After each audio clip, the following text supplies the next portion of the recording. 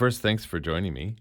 It's a pleasure. Thank you for having me. Just a little bit of background. How did you find yourself in a place where now you're Edmonton's ninth Poet Laureate?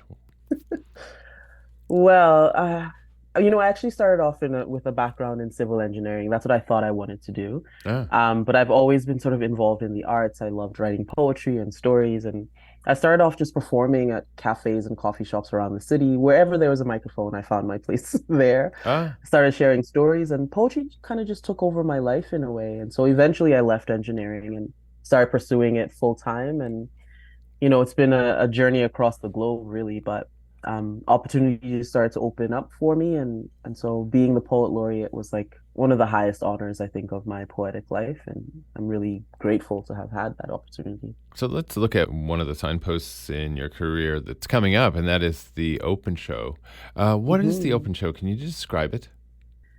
It is a really special intersection of spoken word and music. And so the open show is different from a regular poetry show in that it's just not me, a poet at a microphone. And it's different from a regular music show in that there's poetry. And so these two art forms connect in a really special way. I'll be sharing poems and the stories behind the poems, and also sharing the stage with some incredible artists.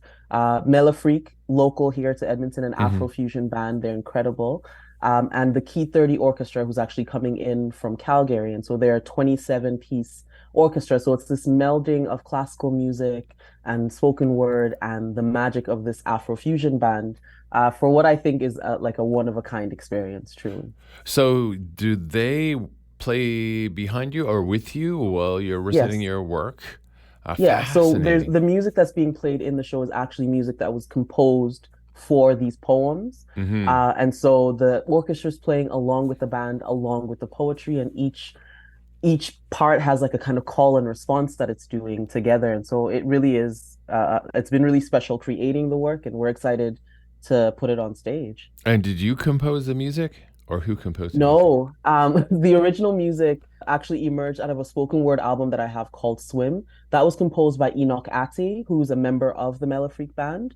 And then Robbie Maurice and King came in with these classical compositions to go along with what Enoch had done. And so it's a three-part kind of musical collaboration between Enoch, Robbie, and King. And the spoken word pieces are obviously written by me. It sounds spectacular. So you have a very deep and profound relationship to music, and you've done this show. Open is a show that's had some legs, from what I understand, anyway, Yeah. in that you've performed in across Canada, but also Mhm. in Nigeria, I read, and Yeah. the UK, among other places as well. How do audiences react to this? It sounds like a meditation. It's a poetry piece. Yeah, It's a it's live it's an performance. invitation for people to just kind of meditate on what I'm saying and see how that reflects in their own lives. And I will say that across audiences across the globe, the response is often similar. People want to feel less alone in the world. They want to hear poems that reflect their lives. And so I've been lucky to do this show in front of really many different audiences with many different experiences, but the response is the same. People feel good about being seen and heard. And so that's what makes the open show so special to me. Is there a touchstone or something that influences your poetry specifically? Listening to the album Swim, that the experience of being a woman and its many complicated facets appears fairly regularly. Is that a thing? Mhm. Yeah, absolutely. I think my poems are influenced by where I'm at in that particular time. And so when I recorded Swim, I had just given birth to a new baby. So I was meditating a lot about love and relationships. And sometimes I'm in a different era and it'll reflect in my poems. But generally, my vantage point is as a Black woman. And so Mm. that often, an African woman more specifically, so that often kind of bleeds into the work that I create. But generally, I'm just inspired by the human experience. I'm inspired by love and our capacity to just continue to heal over and over again.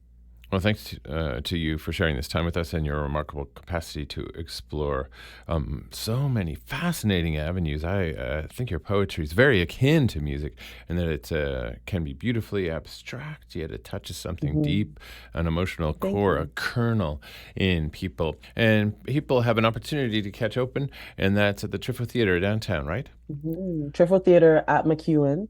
Yeah. And it's on August 19th at 7:30 p.m. We start right on time. Hey, that's No amazing. MC, the show just kind of starts. And so, yeah, August 19th, Triffo Theatre. See you there. Oh yeah, come see Edmonton's ninth poet laureate Titilope Sonuga, and in concert with MELAFRIQUE and the Key 30 Orchestra. Sounds fascinating.